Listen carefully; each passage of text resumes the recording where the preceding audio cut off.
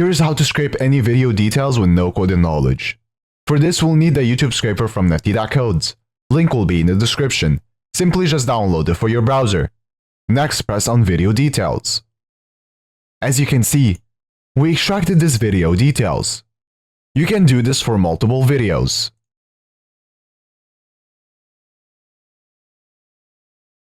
Now, press on the settings icon. Now let's head to Stored Data. In here you will find all the data we scraped. You can specify some data to delete or move to export. Now to customize this, press on Customize. Then press on Video Details. In here you can change the data however you want. So for example, you can uncheck some data.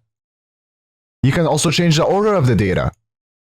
And also change the name. And also add a criteria to only scrape the products you are looking for.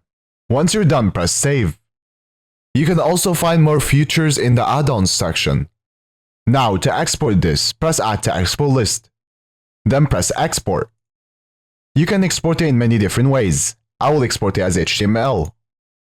After exporting, here's all the data we extracted.